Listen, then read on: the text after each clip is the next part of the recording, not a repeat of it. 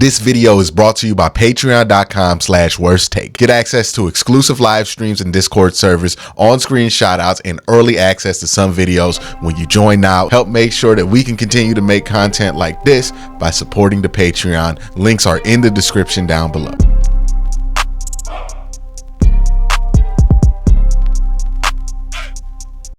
Are the Browns about to get good news about Denzel Ward's status to return? Is he going to return super early? Who's in and who's out for this week's game versus the Los Angeles Chargers?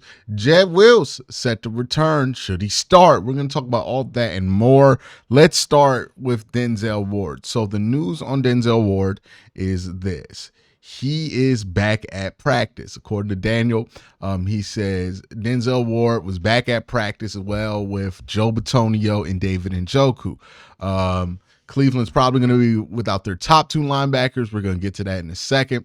He also said Ward, who was diagnosed with the sixth concussion in the NFL, was not in the red no contact jersey. So he's in the latter stages of the protocol. So this is good when it comes to his ability to play on Sunday, because once you clear the protocol, one thing to clear the protocol is you need a full practice, and then you take that practice, and then you measure where he's at with his symptoms, and then you let him play or not based on that. So there's a chance that Denzel Ward could play as early as this Sunday. Now, this isn't the first time that Denzel Ward and his concussions have taken less time than normal to recover. And I wonder, because we have been looking at this one way for a long time when it comes to Denzel Ward and his concussions.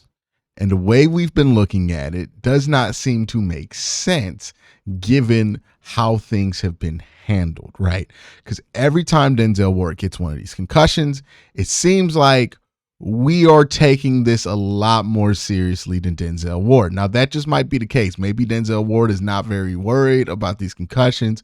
He's being short-sighted or having a lot of short-term thinking about this, and that's what's going on. I also think there's a possibility that maybe what they classify as a concussion for Denzel Ward, or what Denzel Ward reports as a concussion, is always on the safer side than usual.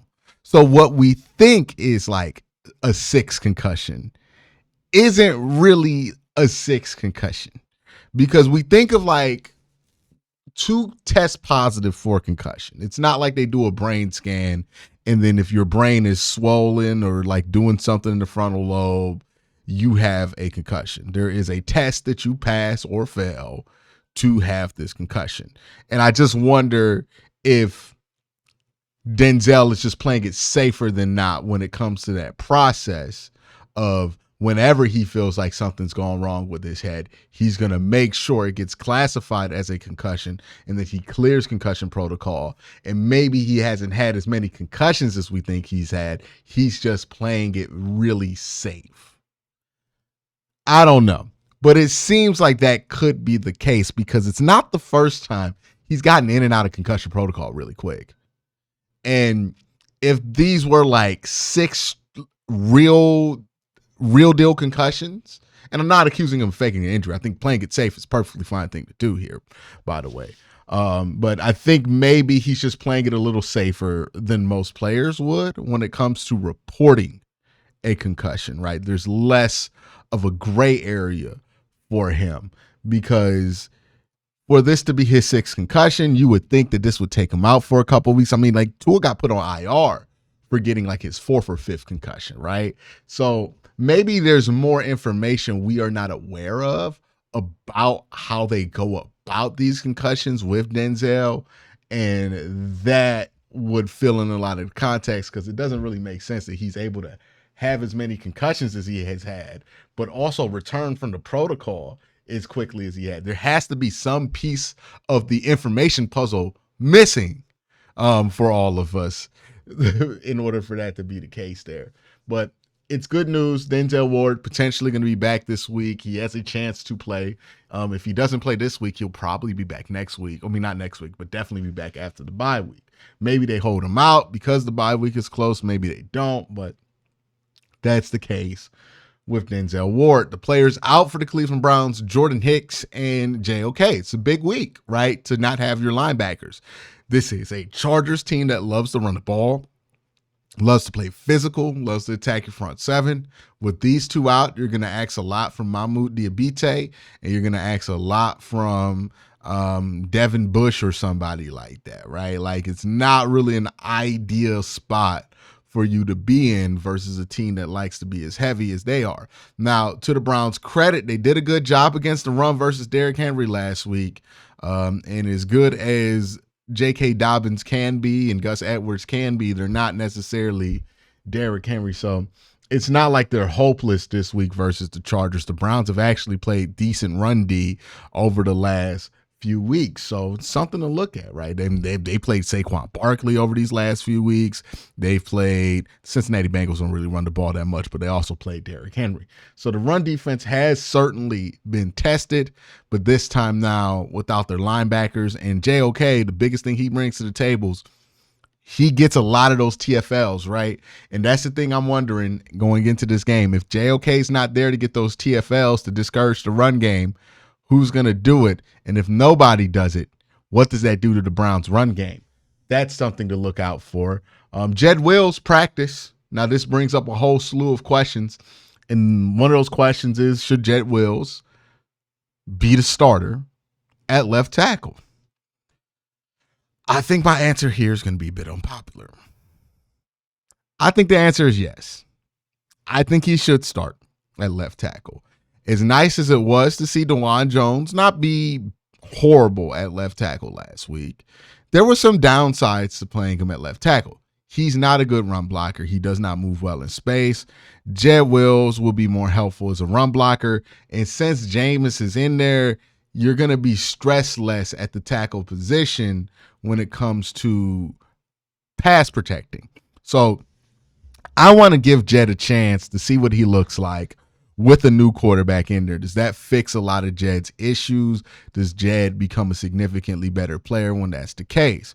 I think that will be the case. Like, if you have a quarterback in there getting rid of the ball quickly, all of a sudden Jedd Wills going to feel like a much better player, and you have the added benefit of being able to use DeJuan as a tackle eligible at times, and also being able to run to the left side here, because you can't really do that when it's DeJuan unless you pin pull him. So that is something that I expect to happen.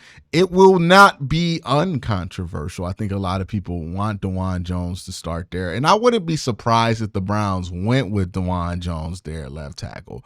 I personally think that it'd probably be a better move to put Jedd out there, because, again, the pass protect stuff that bothers you with Jedd, it's not going to be as big of a deal when you have a pocket passer in there.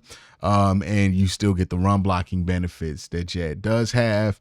And, like, the question is, like, what is DeJuan's future on this team? Is DeJuan going to be the future left tackle or right tackle on this team? If you want his future to be at right tackle, then you don't want him to, this early in his development, to be out here playing both sides of the offensive line. Like, I feel like that had to be a break glass in case of an emergency type thing, more than what they want to roll out there normally. A fun thing for this game, Nick Chubb has been made the full-time captain now that Deshaun Watson's on injured reserve. Taking over the captain spot for him is Nick Chubb. Makes a ton of sense. Nick Chubb's the face of the Browns offense. He's been the face of the Browns offense since 2018, pretty much since he's entered the league. This makes sense to move that to him to that spot there. I wonder if this is going to coincide with the first game where Nick Chubb looks like Nick Chubb. Look, I've been looking at the tape. I've done 2 tape reviews on Nick Chubb over his last 2 games, and I'm telling you right now, he's going to be back to being Nick Chubb sooner than later. And I wonder if this game is one of those games where he gets to do it. I think if you get the Chargers off the field early and often, you're going to be able to pick at that defense and wear them out, because they're an older defense, especially on the line of scrimmage. And once you do that, I think you'll be able to have your way in the run game, especially there. So that's something to look out for. Another thing to look out for, Jerome Ford's back. And, like, that's not that's not nothing, right? Like Jerome Ford being back finally gives you the 1-2 punch that the Browns have been looking forward to. Jerome Ford was the feature back while Nick Chubb was out. And he did some good things while he was out there. I thought he ran the ball pretty well. Now he's going to be able to run complementary to Nick Chubb. I think this is going to be a game where you're going to see a lot of that Browns run game influence. You're going to see the Browns try to use all the running backs on their roster. And I think Jerome Ford being back might make a difference this week, right? Especially if the Browns get creative with who they want to put out there. We're also going to look at some of the Chargers who will not be playing in this week's game. This comes from the Chargers Twitter account. Questionable for this game, Joey Bosa, Denzel Perriman, and DJ Shark. DJ Shark is a wide receiver. Joey Bosa, obviously Joey Bosa. And then Denzel Perriman, their linebacker. Now, Denzel Perriman's a big part of the run defense plan, right? He's a run-stuffing linebacker. He's been that since he's come out the U. So if he doesn't play, that's going to be a big deal. And then out Brendan Rice, Christian Fulton. That hurts not having another wide receiver there because they just don't have very many wide receivers. But Brendan Rice isn't like playing super great right now either. So that's what the Chargers status is looking into this game. I feel good going into this. I think the Browns have a clear path to victory, but let's see what they do on Sunday. Y'all, thank y'all for watching. Have a great day. Have an even better night. Peace.